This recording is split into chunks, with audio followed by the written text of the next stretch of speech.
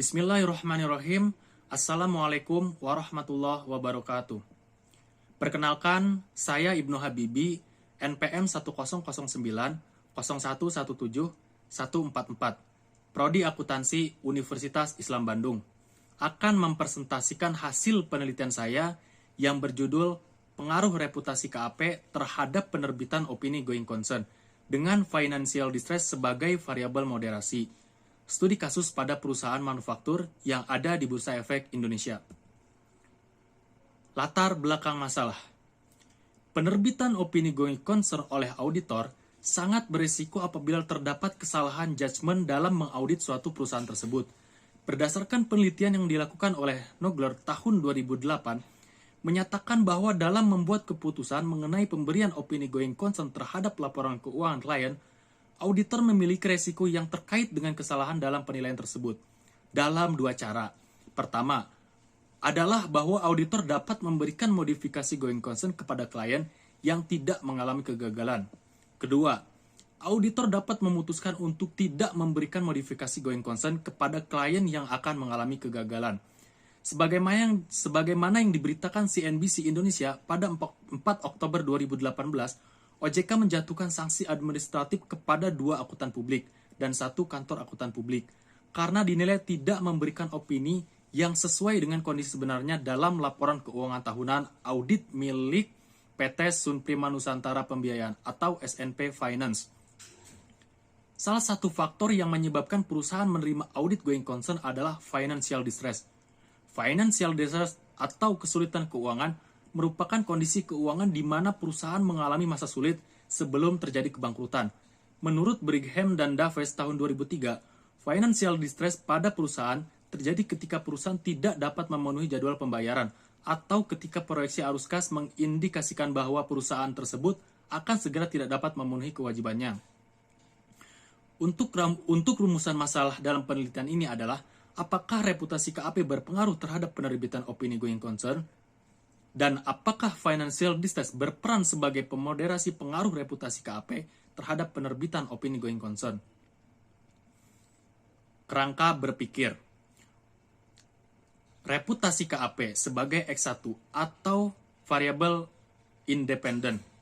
Opini going concern sebagai Y atau variabel dependen. Dan financial distress sebagai Z atau variabel moderasi. Metode penelitian. Metode yang digunakan adalah kuantitatif. Data penelitian menggunakan data sekunder. Teknik pengambilan sampel yaitu purposive sampling. Populasi terdiri dari perusahaan manufaktur yang terdaftar di Bursa Efek Indonesia tahun 2017 dan sampai dengan 2019. Teknik pengumpulan data melalui dokumentasi dari situs Bursa Efek Indonesia. Teknik analisis data terdiri dari analisis statistik deskriptif, analisis regresi logistik dengan uji interaksi sebagai moderasi. Untuk hasil penelitian dan pembahasan. Hasil uji koefisiensi regresi. Berdasarkan tabel tersebut, dapat disimpulkan bahwa reputasi KAP mendapat nilai koefisien sebesar 0,777 dan nilai signifikan sebesar 0,388. Hal ini berarti HA ditolak dan HO diterima karena nilai signifikansi lebih besar dari 0,05 atau 0,388 lebih besar dari 0,05, maka reputasi KAP tidak berpengaruh terhadap penerimaan opini going concern. Hipotesis 1 ditolak. Reputasi KAP yang dimoderasi oleh financial distress memiliki nilai koefisien min 0,110 dan nilai signifikansi 0,808. Hal ini berarti HA ditolak dan HO diterima. Karena nilai signifikansi lebih besar dari 0,05 atau 0,808 lebih besar dari 0,05, maka financial distress tidak dapat memoderasi pengaruh reputasi KAP terhadap penerimaan opini going concern. Hipotesis 2 ditolak. Untuk kesimpulan penelitian saya adalah yang pertama, reputasi KAP tidak berpengaruh terhadap penerbitan opini going concern.